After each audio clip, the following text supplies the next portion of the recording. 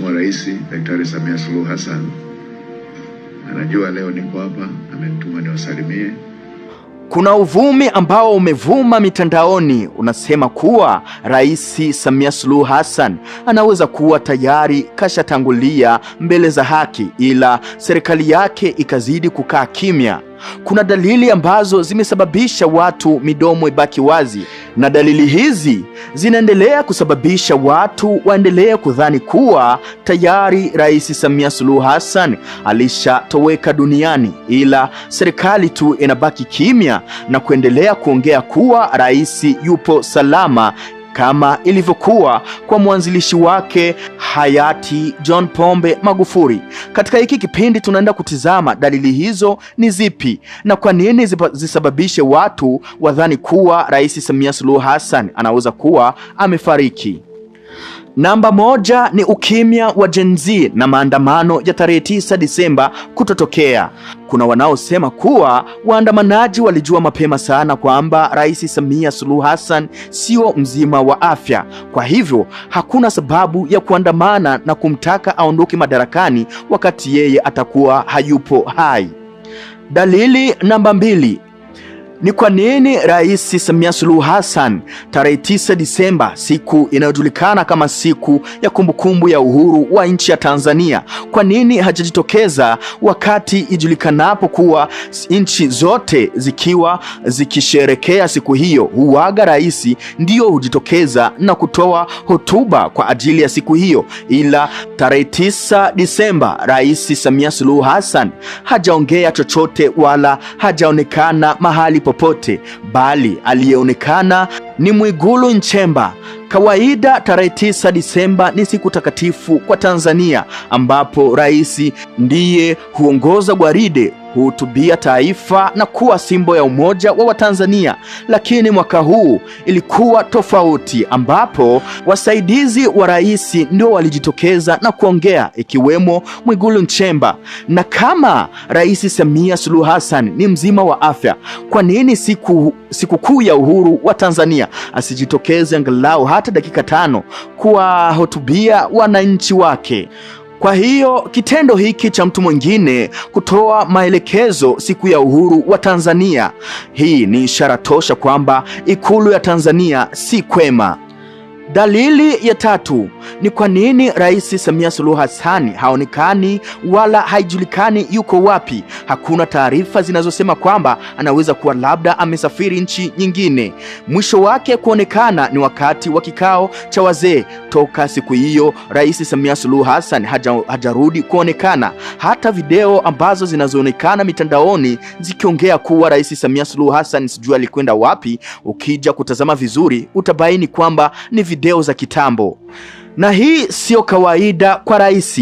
Lazima siku baada ya siku video au picha za rais akipokea, akiteua, akitenda, akifanya mambo mengi tofauti lazima zichapishwe mitandaoni. Ila sasa siku zimekuwa zaidi ya 4, bado hakujaonekana kitu chochote kinachohusiana na Rais Samia Suluhu Hassan, na malalamiko yameanza huku mitandaoni. Je, rais atakuwa yupo hai au tayari kashatangulia? Sasa kwa nini Ikulu isithibitishie watu kwamba rais yupo hai? Hiyo ni dalili ya 3. Acha tutazame dalili ya 4. Tulinganishe hiki kinachotokea na kilichotokea wakati wa hayati John Pombe Magufuli. Yalianza hivi mitandaoni yakiandikwa tetesi zikisema kuwa rais wa Tanzania John Pombe Magufuli anaweza kuwa tayari kashatangulia mbele za haki, ila viongozi tofauti walijitokeza huku wakianza kusema kuwa yupo hai, ni mzima wa afya na anaendelea kuchapa kazi zake kama kawaida. Ila baada ya wiki 2 tu viongozi hao walijitokeza na kusema kuwa Rais John Pombe Magufuli hayupo hai, tayari alishatangulia huko mbele ya safari. Ni kitu ambacho kilisababisha watu wengi wasiamini kuwa rais atakuwa amefariki, ila mwisho wa siku walikubali tu kwa sababu walishuhudia wenyewe kwa macho yao. Hiki sasa watu wengi wanaendelea kukitafsiri kwamba ndicho kinachoendelea wakati huu wa Rais Samia Suluhu Hassan, kwa sababu viongozi walianza kujitokeza huku mitandaoni wakiongea kwamba rais ni mzima wa afya kama ilivyotokea wakati wa John Pombe Magufuli. Sasa acha tusubiri tuone baadaye itakuwa aje, kwa sababu Rais Samia Suluhu Hassan akiwa ni mzima, lazima tu hakuwezi kukapita wiki bila kuonekana picha au video akiendeleza shughuli zake za kila siku. Niwape salamu Mheshimiwa Rais Daktari Samia Suluhu Hassan. Anajua leo niko hapa, amenituma niwasalimie na anatambua kazi yenu mnayofanya. Hongereni sana. Mheshimiwa Waziri, nimechagua hii kuwa ofisi ya kwanza kuitembelea kufuatana na uzito wa majukumu yake. Kwa kuzingatia uzito na umuhimu wa taasisi hii katika ulinzi wa rasilimali za nchi yetu na chachu ya maendeleo ya nchi yetu, niliona niipe heshima hiyo ya kuwa taasisi ya kwanza kuitembelea. Duniani kote masuala ya maadili haijawahi kuwa 100%. Kwa hiyo hii inatupa kazi kwamba tunatakiwa kila wakati kuendelea kutupia jicho masuala yanayohusu maadili. Nimepokea taarifa kutoka kwa mtendaji mkuu pamoja na Mheshimiwa Waziri kwa majukumu yanayofanyika, na nikupongeze Mheshimiwa Waziri, nawe ulipomaliza tu kuapishwa katika muda huu mfupi tayari umeshakuja kwenye chombo hiki.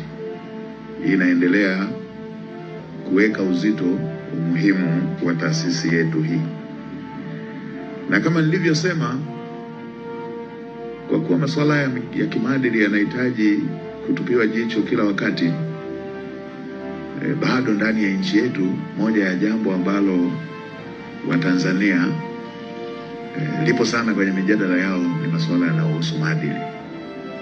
Haya ni ndani ya sekta ya umma, lakini pia nje ya sekta ya umma, ndani ya jamii yetu, kama ambavyo Mheshimiwa Jaji ameiweka vizuri kwamba huwezi kupata viongozi wenye maadili mazuri kama jamii inayozalisha viongozi hao haina maadili mazuri. Niwape salamu Mheshimiwa Rais Daktari Samia Suluhu Hassan. Anajua leo niko hapa, amenituma niwasalimie na anatambua kazi yenu mnayofanya. Hongereni sana. Mheshimiwa Waziri, nimechagua hii kuwa ofisi ya kwanza kuitembelea kufuatana na uzito wa majukumu yake. Kwa kuzingatia uzito na umuhimu wa taasisi hii katika ulinzi wa rasilimali za nchi yetu na chachu ya maendeleo ya nchi yetu, niliona niipe heshima hiyo ya kuwa taasisi ya kwanza